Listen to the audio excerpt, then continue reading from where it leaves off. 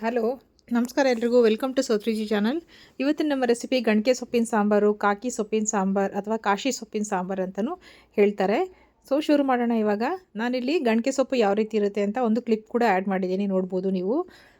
ಇವಾಗ ಇದಕ್ಕೆ 1-2 ಟೇಬಲ್ ಸ್ಪೂನಷ್ಟು ಅಕ್ಕಿ ತೊಗೊಂಡಿದ್ದೀನಿ. ಇದನ್ನು ಸ್ವಲ್ಪ ಹೊಂಬಣ್ಣ ಬರೋವರೆಗೆ ಇದನ್ನು ಬಿಸಿ ಮಾಡ್ಕೋಬೇಕು, ಲೋ ಫ್ಲೇಮಲ್ಲಿ ಇಟ್ಕೊಂಡು. ಬಿಸಿಯಾಗಿದೆ ನೋಡಿ. ಇವಾಗ ಇದನ್ನು ಪ್ಲೇಟ್ಗೆ ಸೈಡ್ಗೆ ಎತ್ತಿಟ್ಕೊಳ್ಳೋಣ. ಇವಾಗ ಅದೇ ಪಾತ್ರೆಗೆ 1-2 ಟೇಬಲ್ ಸ್ಪೂನಷ್ಟು ಎಣ್ಣೆ ಹಾಕ್ಕೊಂಡು ಸ್ವಲ್ಪ ಮಸಾಲೆ ಪ್ರಿಪೇರ್ ಮಾಡ್ಕೊಳ್ಳೋಣ. ಇದಕ್ಕೆ ನಾನು 1.5 ಟೇಬಲ್ ಸ್ಪೂನಷ್ಟು ಜೀರಿಗೆ ಹಾಕ್ಕೊಳ್ತಾ ಇದ್ದೀನಿ. ಮತ್ತು 1 ಗೆಡ್ಡೆ ಬೆಳ್ಳುಳ್ಳಿ, 1 ಮೀಡಿಯಮ್ ಸೈಜ್ದು ಈರುಳ್ಳಿ ಸ್ವಲ್ಪ ಫ್ರೈ ಮಾಡ್ಕೋಬೇಕು. ಸ್ವಲ್ಪ ಕಲರ್ ಚೇಂಜ್ ಆದಮೇಲೆ ಅದಕ್ಕೆ 1 ಚಿಕ್ಕ ಟೊಮೊಟೊ ಹಣ್ಣು ಮೀಡಿಯಮ್ ಸೈಜ್ದು ಹಾಕೋತಾ ಇದ್ದೀನಿ.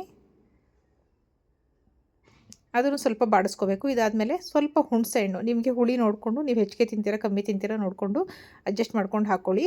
ಇದಕ್ಕೆ ಸ್ವಲ್ಪ ತೆಂಗಿನಕಾಯಿ ಕೂಡ ಹಾಕ್ಕೋಬೇಕು.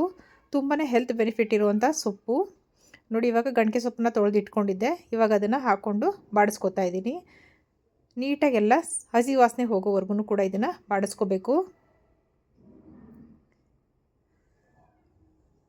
ಎದೆ ನೋವಿಗೆ ತುಂಬ ಒಳ್ಳೆಯದು, ಕಬ್ಬಿಣಾಂಶ ತುಂಬ ಜಾಸ್ತಿ ಇರುತ್ತೆ ಇದರಲ್ಲಿ. ಸೊ ಹಾಗಾಗಿ ನೋಡಿ, ಇವಾಗ ಸ್ವಲ್ಪ ಅರಿಶಿನ ಪುಡಿ ಹಾಕ್ಕೊಂಡು ಬಿಸಿ ಮಾಡಿ ತೆಗೆದಿಟ್ಟಿದೆ. ತಣ್ಣಕ್ಕಾದ್ಮೇಲೆ ಇದನ್ನೆಲ್ಲ ಮಸಾಲೆ ರುಬ್ಕೊಂಬರ್ಬೇಕು. ಇವಾಗ ನುಣ್ಣಗೆ ಇದಕ್ಕೆ ಮೊದಲೇ ಬಿಸಿ ಮಾಡಿ ಇಟ್ಕೊಂಡಿರುವಂಥ ಅಕ್ಕಿನೂ ಕೂಡ ಹಾಕ್ಕೊಂಡು 1 ಸ್ಪೂನಷ್ಟು ಬೇಳೆ ಸಾಂಬಾರು ಪುಡಿನ ಹಾಕೋತಾ ಇದ್ದೀನಿ. ಎಲ್ಲ ರುಬ್ಬಾಗಿದೆ.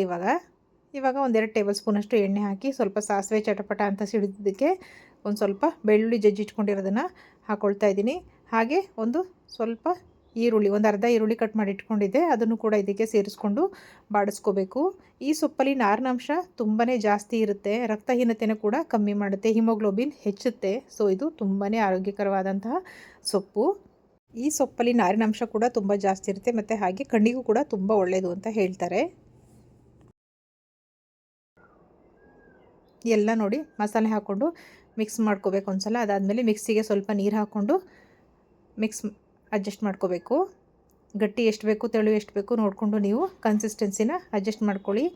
ಇವಾಗ ಸ್ವಲ್ಪ ರುಚಿಗೆ ತಕ್ಕಷ್ಟು ಉಪ್ಪು ಹಾಕೋತಾ ಇದ್ದೀನಿ.